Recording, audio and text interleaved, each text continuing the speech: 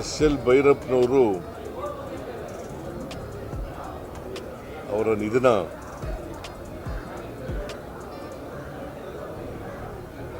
ಅವರ ನಿಧನದಿಂದ ಸಾರಸ್ವತ ಲೋಕ ಬಹಳ ಬಡವಾಗಿದೆ. ಅವರು ಸುಮಾರು 25 ಕಾದಂಬರಿಗಳನ್ನು ಬರೆದಿದ್ದರು. ಮೈಸೂರಿನಲ್ಲೇ ಹೆಚ್ಚು ಕಾಲ ಇದ್ದರು. ಓದಿದ್ದು ಮೈಸೂರಿನಲ್ಲೇ, ಹೈಸ್ಕೂಲಿಂದ MA ವರೆಗೆ ಮೈಸೂರಿನಲ್ಲೇ ಅವರು ವಿದ್ಯಾಭ್ಯಾಸ ಮಾಡಿರ್ತಕ್ಕಂಥದ್ದು. ಸೊ ಮೈಸೂರು ಅವರ ಕರ್ಮ ಸ್ಥಳ. ಅವರ ಕಾದಂಬರಿಗಳು 40 ಭಾಷೆಗಳಿಗೆ ತರ್ಜುಮೆಯಾಗಿದ್ದಾವೆ. ಬಹುಶಃ ಇಷ್ಟೊಂದು ಭಾಷೆಗಳಿಗೆ ತರ್ಜುಮೆ ಆಗಿರ್ತಕ್ಕಂಥ ಕಾದಂಬರಿಕಾರರು ಬಹುಶಃ ಭೈರಪ್ಪನವರು ಒಬ್ಬರೇ ಅಂತ ಅನಿಸುತ್ತೆ ನನಗೆ.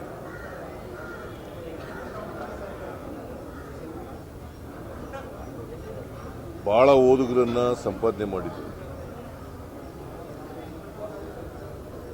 ಬೇರೆ ಭಾಷೆನಲ್ಲೂ ಸಂಪಾದನೆ ಮಾಡಿದರು, ಕನ್ನಡ ಭಾಷೆನಲ್ಲೂ ಕೂಡ ಸಂಪಾದನೆ ಮಾಡಿದರು. ಅವರು ಒಂದು ಸಣ್ಣ ಹಳ್ಳಿನಲ್ಲಿ ಹುಟ್ಟಿದ್ದರು.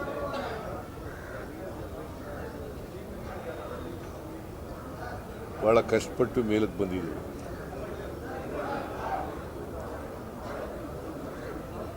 ಅವರ ಸಬ್ಜೆಕ್ಟು ಫಿಲಾಸಫಿ.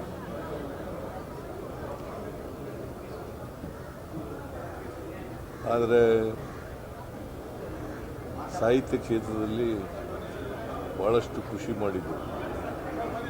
ಭಾಳ ಆಶ್ಚರ್ಯ ಏನಪ್ಪ ಅಂತಂದರೆ, ಬೋಧನೆ ಮಾಡ್ತಾ ಸಾಹಿತ್ಯ ಕೃಷಿನೂ ಕೂಡ ಮಾಡ್ತಾ ಇದ್ರು. ಸಾಮಾನ್ಯವಾಗಿ ಎರಡೂ ಕೆಲಸ ಮಾಡೋದು ಕಷ್ಟದ ಕೆಲಸ. ಅಂಥದ್ರಲ್ಲಿ ಎರಡೂ ಕ್ಷೇತ್ರದಲ್ಲಿ ತಮ್ಮನ್ನು ತೊಡಗಿಸ್ಕೊಂಡ್ರೂ ಕೂಡ ಸಾಹಿತ್ಯ ಕ್ಷೇತ್ರದಲ್ಲಿ ಆಸಕ್ತಿ ಇತ್ತು ಅವ್ರಿಗೆ. ಅವರು ಅದಕ್ಕೆ ಕಾದಂಬರಿಗಳನ್ನು ಬರೆಯೋದು ನನ್ನ ಆತ್ಮತೃಪ್ತಿಗೆ ಅಂತ ಹೇಳ್ತಾ ಇದ್ರು.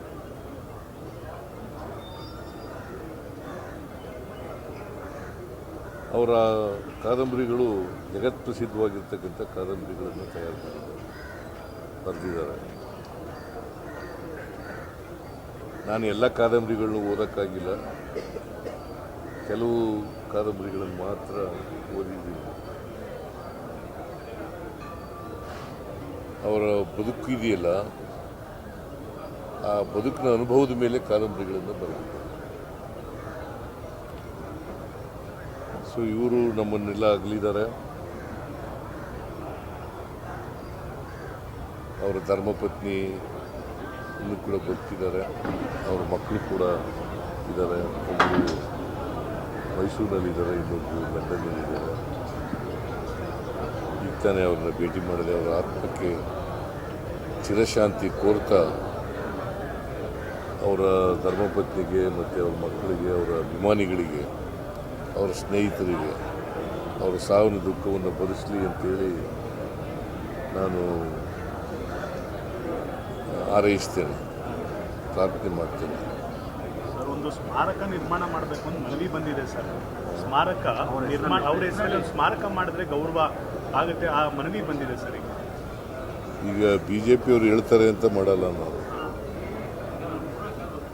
BJP ಸ್ಮಾರಕ ಮಾಡಿ ಅಂತ ಶ್ರೀರಪ್ಪ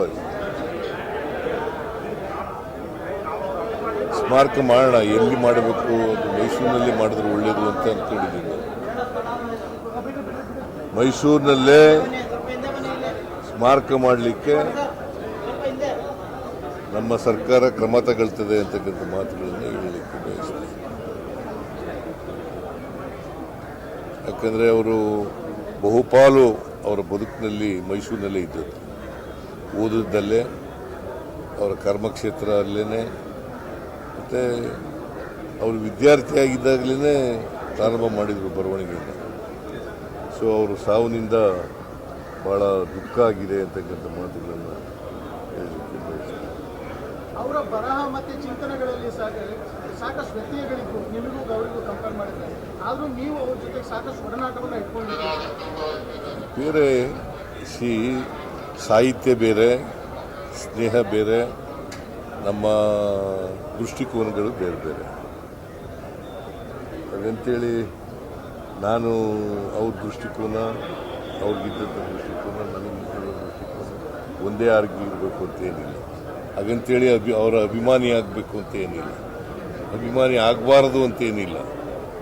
ನಾಳೆ ಅಂತ್ಯ ಸಂಸ್ಕಾರದಲ್ಲಿ ನೀವು ಭಾಗವಹಿಸ್ತೀರಿ ಸರ್? ಇಲ್ಲ, ನಮ್ಮ ಡಿಸ್ಟಿಕ್ ಇನ್ಚಾರ್ಜ್ ಮಿನಿಸ್ಟರ್ ಭಾಗವಹಿಸ್ತಾರೆ. ಸರ್ಕಾರಿ ಗೌರವ ಕೊಡ್ತೀವಿ.